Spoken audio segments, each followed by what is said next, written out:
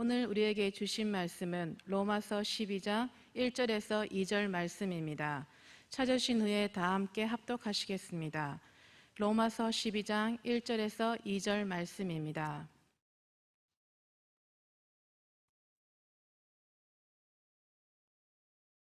그러므로 형제들아, 내가 하나님의 모든 자비하심으로 너희를 권하노니 너희 몸을 하나님이 기뻐하시는 거룩한 산 제물로 드리라.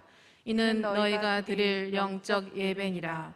너희는 이 세대를 본받지 말고 오직 마음을 새롭게 함으로 변화를 받아 하나님의 선하시고 기뻐하시고 온전하신 뜻이 무엇인지 분별하도록 하라. 아멘.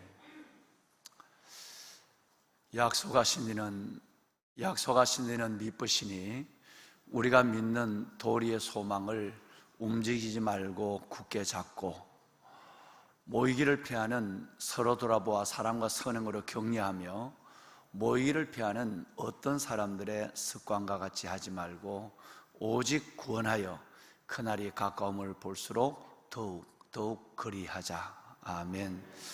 여러분, 히브리서 10장 23절과 25절의 하나님의 말씀은 그렇게 기록되어 있습니다. 이 말씀 가운데 우리는 세 가지 하나님의 음성을 들을 수가 있습니다. 그 첫 번째는 우리가 믿는 도리의 소망을 움직이지 말고 굳게 붙잡는 것입니다. 믿음이 흔들리지 않아야 된다, 이 말이에요. 우리가 믿는 바를 여러 가지 상황, 지금 같으면 코로나의 상황이나 개인적 일상사회의 고난이나 여러 가지 시험 가운데, 때로는 유혹 가운데 믿는 도리의 소망이 움직이면, 믿는 믿음의 이 귀한 중심이 흔들리면 되지 않는다라는 것입니다. 그 다음에 두 번째는 서로 어려운 때를 이겨내려면 가족도, 그리고 공동체의 우리 모두도 서로 돌아보아서 사랑과 선행으로 끝없이 기도해주고 격려해줘야만 합니다. 그 다음에 세 번째는 마지막 때가 되면 더욱더 이렇게 모이는 일이 어려워집니다. 두 가지 상황에서 어려워지는데, 하나는 세상의 사탄의 유혹이 너무 강력해서 바빠서 못 모여요.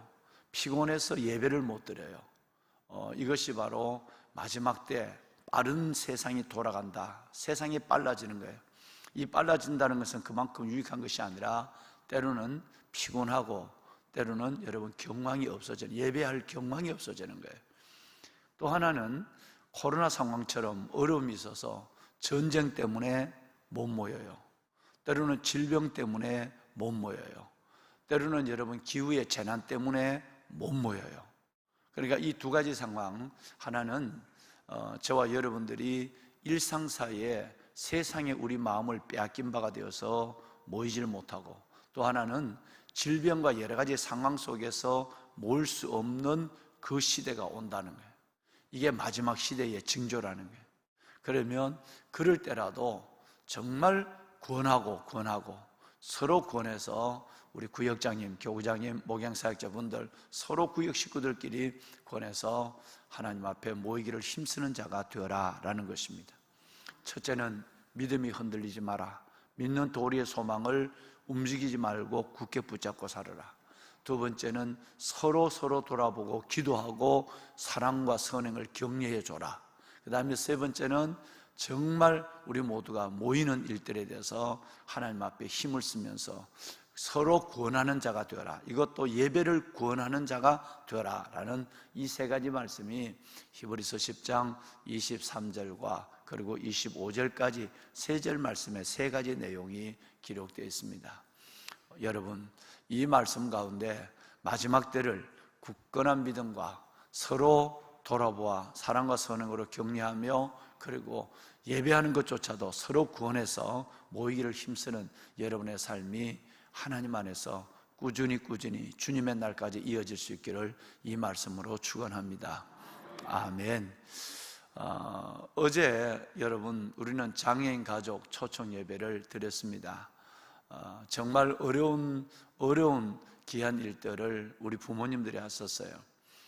우리 가정의 아이가 자폐증이나 발달장애 아이가 있다는 걸 알지만 이걸 공동체 안에 공개하기라는 건 참 쉽지 않습니다. 왜냐하면 용기가 없어서가 아니라 이걸 뭐 우리 아이를 나는 우리 아이가 장애인이라는 걸 숨기고 싶다 그런 마음보다는 공개해도 여러분 교회 안에 있는 사람들도 세상의 사람들과 시선이 별로 다르지 않기 때문에 공개할 마음이 없는 거예요. 왜?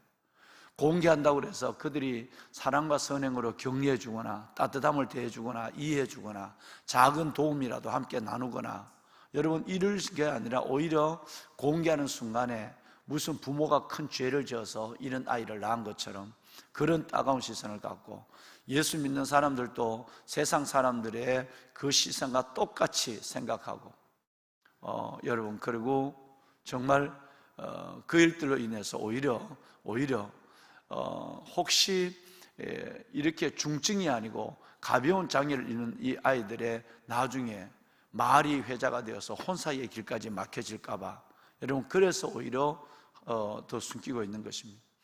자, 그러면 서로 돌아보아 사랑과 선행으로 격려하고 여러분 서로 돌아보아 사랑과 선행으로 격려하는 이 아름다운 천국의 공동체 안에서 여러분 이런 일들이 공개되지 않는다고 한다면 그건 하나님의 공동체라고 말하기 어려운 것입니다. 얼마나 따뜻하게 그들을 대하고 눈물로 이해하고 그 부모가 지고 가고 있는 짐을 부모가 흘리고 있는 눈물을 닦아주지 못한다면 예수님의 말씀처럼 우는 자와 함께 울으라 라고 하는 우리 주님의 명령에 우리는 귀를 막고 오직 하나님이면 된다 라고 하는 이 하나님과의 종적 관계만 생각하고 살아가는 무섭고 무서운 사람이 되는 것입니다. 여러분 혹시라도 이 방송을 이 예배를 방송으로 들으시거나 이 현장에서 예배하는 여러분들 요만큼이라도 장애인에 대한 편견과 부모에 대한 다른 이해를 가지고 있다면 정말 오늘 어제 오늘부로 여러분의 생각이 완전히 정리되기를 주의 이름으로 축원합니다. 어제 제가 분명히 여러분과 함께 주의 말씀을 함께 짧은 시간이지만 나눴습니다.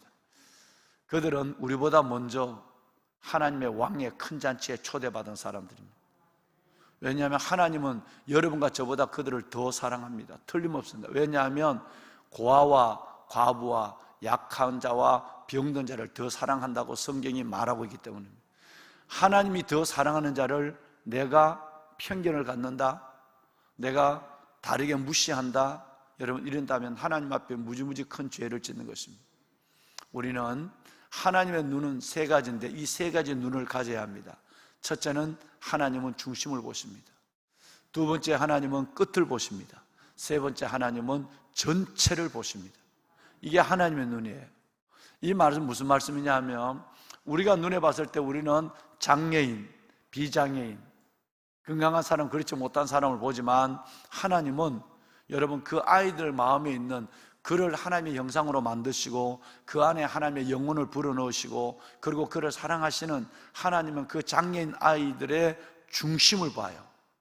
우리는 외모를 보지만 우리는 여러분 시작을 봐요. 그런데 하나님은 끝을 봅니다. 우리가 마지막 주님 앞에 설 때는 다 장애인이에요. 자기 입으로 손으로 밥을 못 먹어요. 우리 마지막 주님 앞에 설 때는 자기 입으로 손으로 못 갈아요. 누구의 도움이 없이 침대에서 일어나지 못하다가 주님 앞에 가는 거예요. 대부분이 그렇습니다. 여러분 그렇다면 하나님은 끝을 보는 거예요. 지금은 우리가 이렇게 건강하다 하지만 우리 모두는 어제 말씀드린 대로 장애인으로 하늘나라 갈 확률이 거의 대부분입니다. 끝을 봐야 합니다. 우리는 부분을 보면 하나님은 전체를 보는 거예요. 우리는 이 부분을 갖고 좋다 안 됐다 하지만 하나님은 그 삶 전체를 두고 하나님은 보시는 눈에 이 세 가지 하나님의 눈을 우리는 이해해야 됩니다. 3040 때 지난 금요일 날 우리 30, 40대에게 이 말씀을 함께 나눈 기억이 납니다. 하나님이 다윗을 보실 때도 세 가지를 봤어요. 다윗의 중심을 봤어요. 심지어 사무엘 제사장조차도 이새의 집에 기름을 부러 갈 때에 멋지고 잘생긴 엘리압에게 기름을 부려 할 때 하나님이 그 손을 막았으면 아니야. 사람은 외모로 보지만 나는 여호와는 뭐를 보시느니라? 중심을 보신다. 여러분 외모로 장애인이고 외모로 이렇다 이걸 본다면 중심을 보시는 하나님 앞에 크게 죄 짓는 거예요. 범죄하는 것인데 그러므로 우리 믿는 사람들만은 세상의 편견을 완전히 버리고 그리스도의 마음을 갖고 서로 돌아보아 사랑과 선행으로 격려해주고 그 아이들을 하나님께서 우리에게 주신 아이로 받고 그리고 그들의 눈물을 닦아주고 그들을 이해할 뿐 아니라 어떻게 하면 공동체 안에서 그들을 아름답게 도와줄까? 여러분, 이런 마음을, 예수 그리스도의 마음을 가지고 살아가는 여러분 모두가 되기를 다시 한번 담임 목사가 말씀 안에 간절한 마음으로 축원합니다.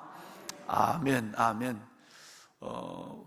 자, 보배는 여러분, 우리 교회는 정말 이런 일들을 하나님 앞에서 소명으로 감당하고 있습니다. 많은 일들을 감당하고 있어요. 이번 주에는 환우들을 위한 주일로 예배를 드립니다. 오늘 기도한 우리 홍 집사님 너무너무 감사합니다. 말씀드리지도 않았는데 정말 그 환우들을 위해서 기도합니다.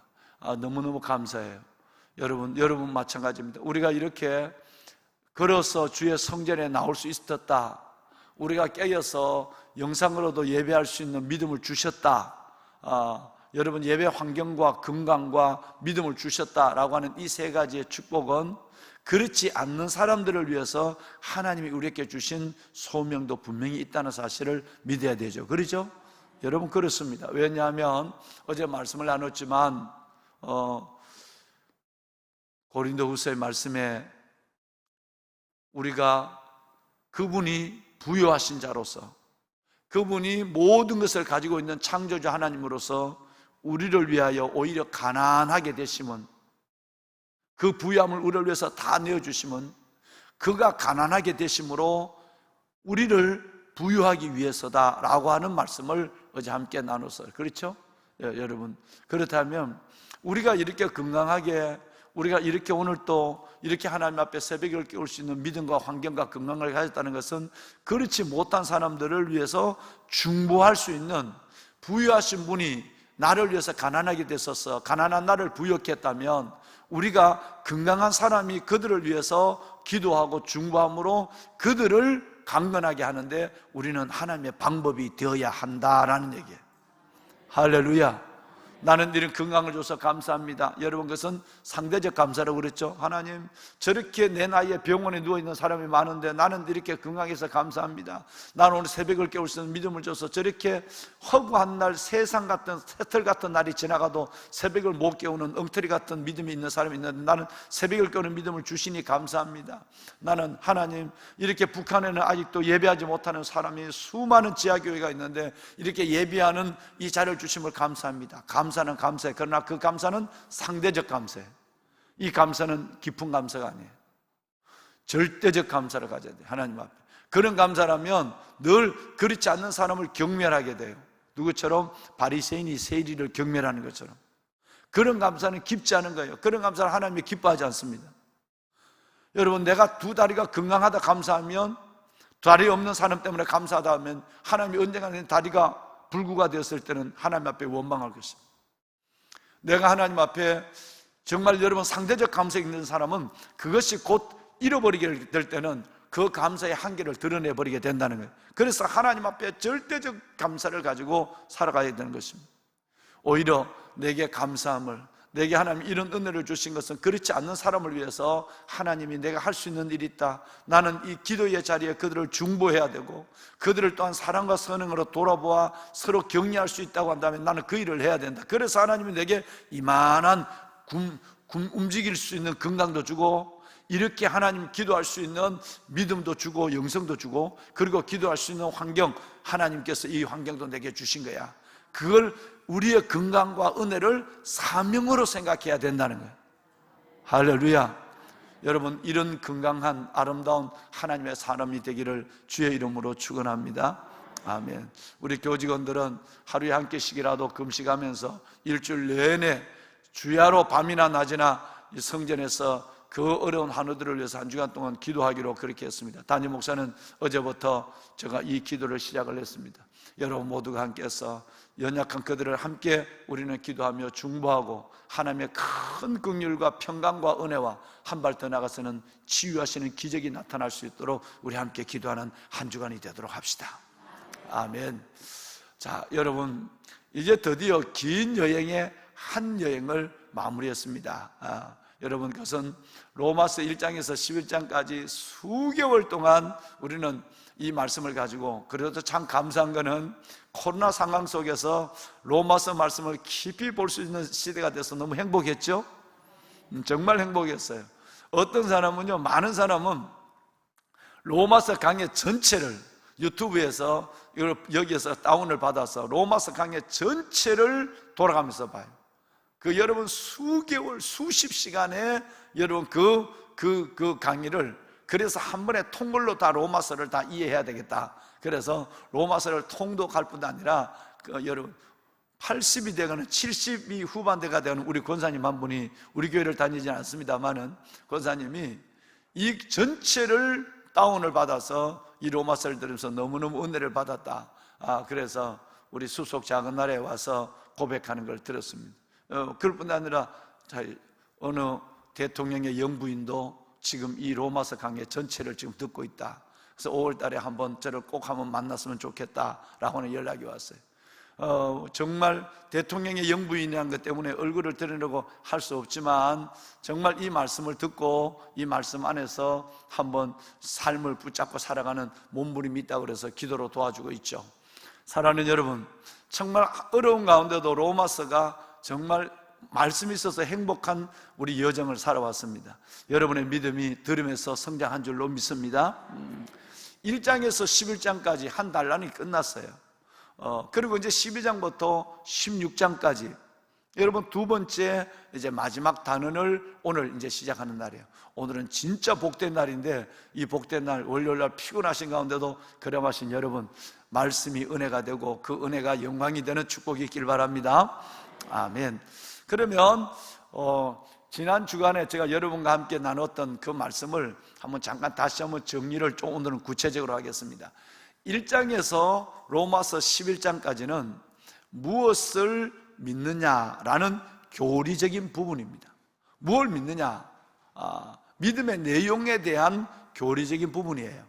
그리고 오늘 읽으신 12장부터 마지막 장까지는 어떻게 사느냐, 생활, 즉 윤리적인 부분입니다.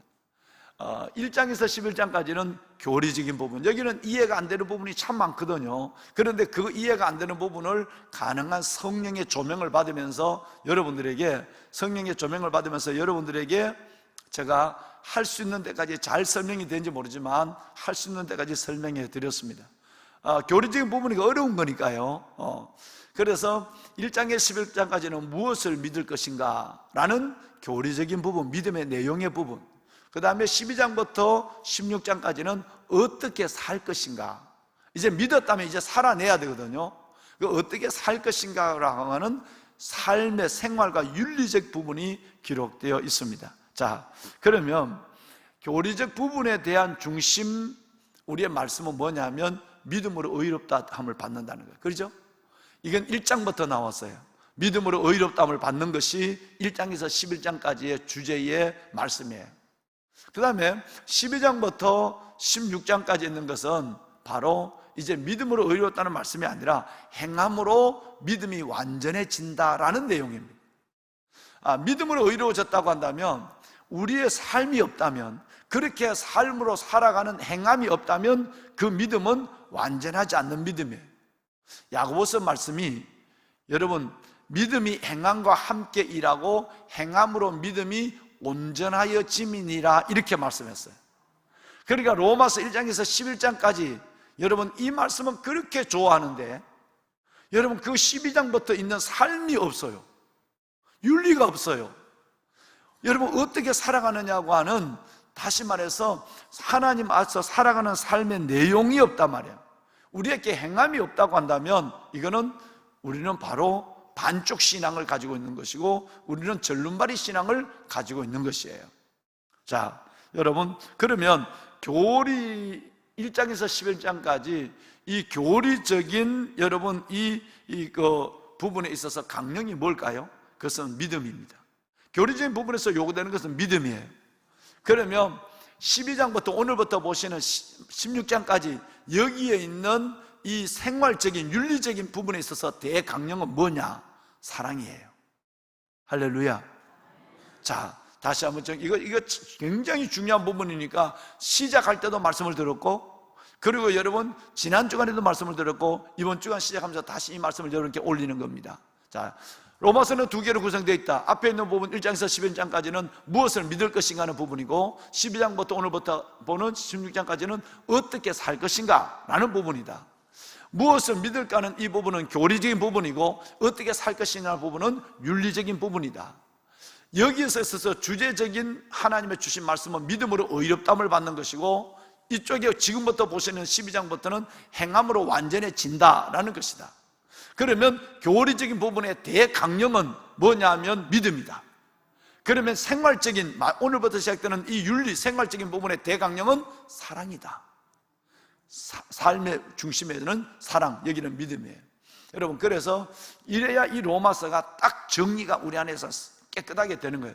그리고 오늘부터 오는 말씀이, 그래서 바울 사도는 하나님의 성령의 영감을 받아서 이 성경을 이 구성으로 기록했구나라는 것을 이해하게 되는 것입니다. 자, 그런데 여러분, 오늘 한번 1절, 2절을 다시 한번 읽어보겠습니다. 내일까지 우리가 이 말씀을 함께 나눌 텐데요. 자, 1절, 2절을 연결해서 봅니다. 그러면 여기서란 말은 무슨 말이죠? 이제 우리가 생활에서, 삶에서, 윤리에서 여기서 중요한 것이 뭐냐라고 하는 것을 깨달아야 돼요. 중요한 것이 뭘로부터 시작이 되느냐, 굉장히 중요한 거예요. 여러분, 이걸 놓치고 있는 분들이 대부분이에요. 그러니까 여기에서 그러면 삶에서, 생활에서, 사랑에서, 여러분 윤리에서 중요한 것이 뭐냐라는 거예요. 자, 1절과 2절 우리 한번 연결하고 말씀을 올리겠습니다. 그러므로 시작.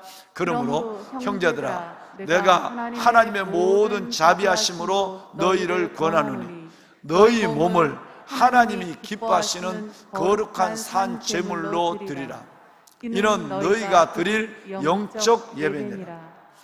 너희는 이 세대를 본받지 말고 오직 마음을 새롭게 하여 변화를 받아 하나님의 선하시고 기뻐하시고 온전하신 뜻이 무엇인지 분별하도록 하라. 아멘. 자, 여러분, 여기서 보면 그러므로라는 말은 제가 좀 이따가 나중에 오늘 시간이 되면 아마 내일 설명하겠습니다. 여기서 보면 우리 그리스도인의 생활, 12장부터는 생활장이라고 그러죠. 그죠? 생활장이 행함의 장이에요.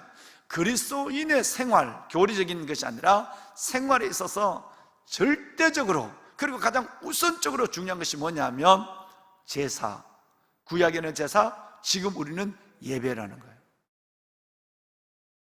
여러분, 다시 말하면, 말씀을 드리면 그리스도인들의 생활은 무엇으로 시작이 되느냐, 저와 여러분의 삶은 무엇으로 출발하느냐, 그것은 바로 예배로 출발하는 거예요. 주님이 지금 이걸 말씀하는 거예요. 이걸 놓치고 있다는 거예요. 여러분, 우리 교회 7대 비전 중에 첫 번째가 뭐죠? 예배 회복입니다. 그리고 나서야, 예배 회복이 되고 나서야 말씀의 부흥, 기도의 부흥, 복음 전도, 그리고 보여지는, 들어지는, 그렇게 살아가는 삶의 증거, 다음 세대, 그리고 시대적 소명, 이렇게 이어집니다. 그 첫 번째가 뭐냐면 예배가 회복돼야 돼요. 기독교인의 생활의 시작은 예배입니다. 기독교인의 시작에서 가장, 삶에서 가장 중요한 것은 제사, 예배예요. 그래서 1절에 보면 너희 몸을 하나님이 기뻐하시는 산 제물로 드리라. 이는 너희가 드릴 영적 예배니라 그랬어요. 여러분, 정말 아멘입니다. 여러분, 왜 이것이 중요하냐? 그러면 예배가 우리 기독교인의 삶의 시작이에요. 윤리의 시작이기도 하고 삶의 시작이기도 하고 행함의 시작이기도 하는데, 이게 왜 중요하냐? 예배는 하나님과의 관계를 의미하기 때문에 그런 것입니다. 예배는 바로 하나님과의 관계를 이루는 것입니다. 그러면 예배를 소홀히 한다, 이것은 하나님을 믿으면서도 하나님과의 관계를 소홀히 한다는 거예요. 하나님과의 관계가 소홀히 되면서 내가 아무리 교리를 가지고 믿음으로 살아낸다, 윤리적인 삶을 살아간다, 행함이 있다, 불가능하다는 거예요. 그래서 예배가 모든 그리스도인의 삶의 시작입니다. 하나님과의 관계이기 때문에 그렇습니다. 그래서 그리스도인의 삶은 철저하게 하나님과의 관계에서 결단하고, 그리고 여러분 그 안에서 실현되어 가는 것이 그리스도인의 삶이라고 볼 수 있습니다. 우리의 삶 중심에는 예배가 있어야 합니다. 아멘. 예배가 있어야 됩니다.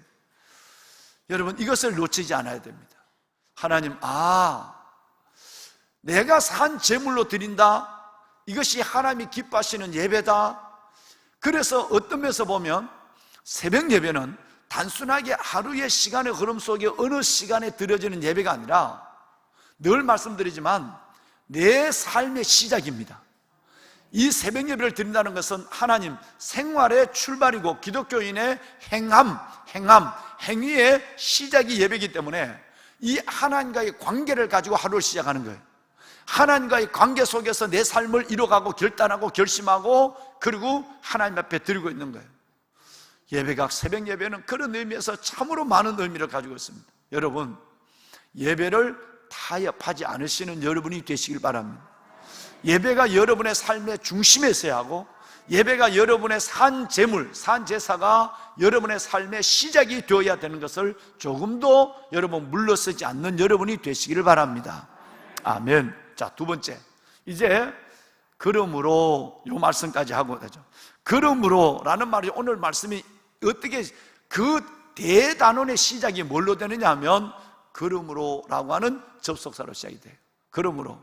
그러므로라는 이 말은 무슨 말일까요? 지금까지 11장 전체를 얘기한 거예요. 1장에서 11장 전체를. 그 말은 믿는다는 것은 이것이다, 믿음의 내용은 이것이다, 우리가 믿는 바를 얘기하는 것은 바로 우리가 믿는 바는 이것이다 라고 하는 그 11장까지 전체의 내용을 딱 한 단어로 그러므로, 교리적인 부분이에요.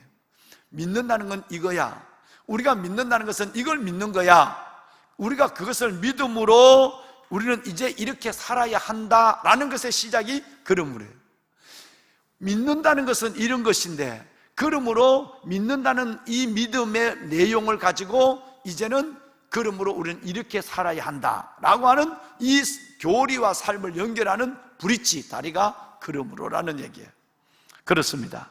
여러분, 여기서 보면 이제 내일 아침에 설명하겠지만, 그러므로 형제들아, 내가 하나님의 모든 자비하심으로 권하노니 너희 몸을 하나님이 기뻐하시는 산 제물로 드려라, 이렇게 됐어요. 근데 여기서 나오는 단어가 여러분을 굉장히 여유 있게 만드는 단어가 나오죠. 뭐냐면 하나님의 모든 자비하심으로 너희를 권하노니 그랬어요. 이거는 앞부분에는 도저히 볼 수 없었던 거예요. 그렇죠? 모세의 율법처럼 무섭게, 하나님 앞에 매우 무섭게 절대성을 주장하지 않습니다. 여기는 굉장히 우리를 헐렁하게 만들어요. 하나님의 모든 사랑 자비하심으로 너희를 부드럽게 구원한다 라고 말하고 있어요.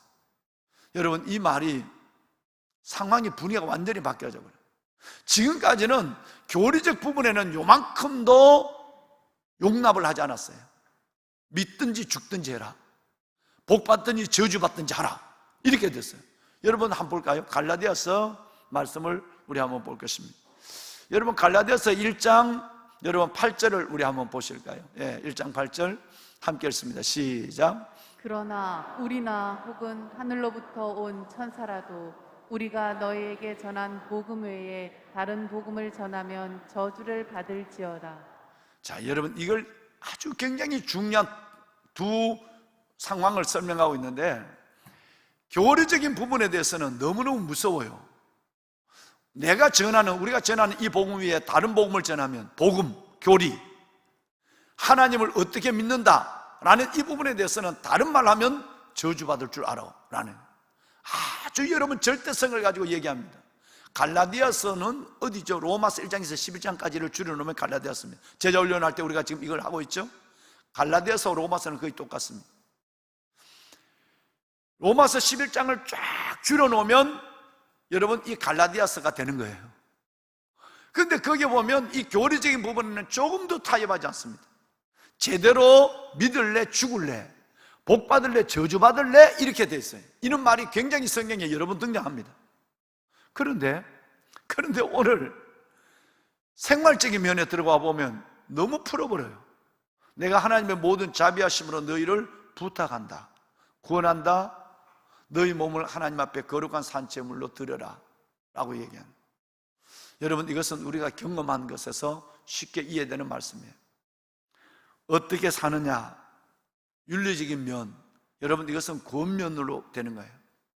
그렇게 억지로 여러분 이 다른 건 몰라도 예수님에 대한 교리적인 부분에는 절대 양보하지 않고 물러서서는 안 돼요. 왜? 그거 물러서면 바른 복음이 다른 복음이 되니까, 바른 복음이 다른 복음으로 되니까 그거는 물러서면 안 돼.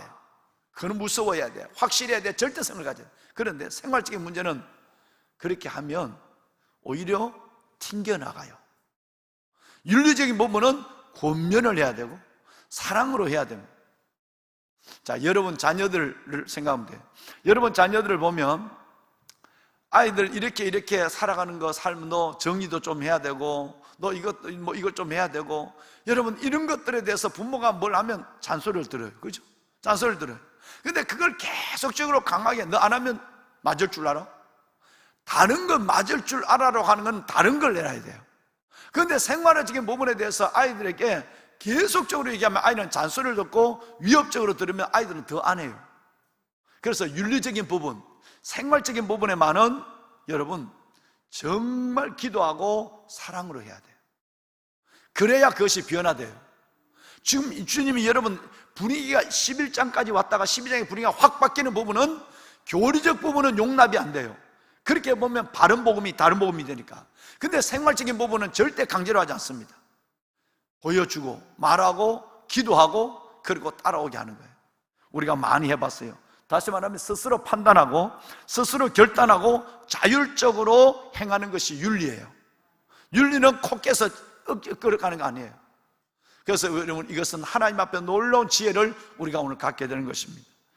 말씀을 마무리하겠습니다. 내일 아침에 다시 한번 이 말씀은 빌립보서 2장 1절 이하에 있는 말씀부터 여러분들에게 말씀을 드리겠습니다만은, 오늘은 하나님 안에서 우리가 무엇을 지금까지 봐왔고 이제 우리는 무엇을 붙잡고 가야 하는가. 다시 말하면 하나님은 우리에게 이제는 어떻게 사느냐의 고민을 가지고 살기를 원하고, 이 어떻게 사느냐는 그 삶의 중심의 시작은 뭘로 시작한다?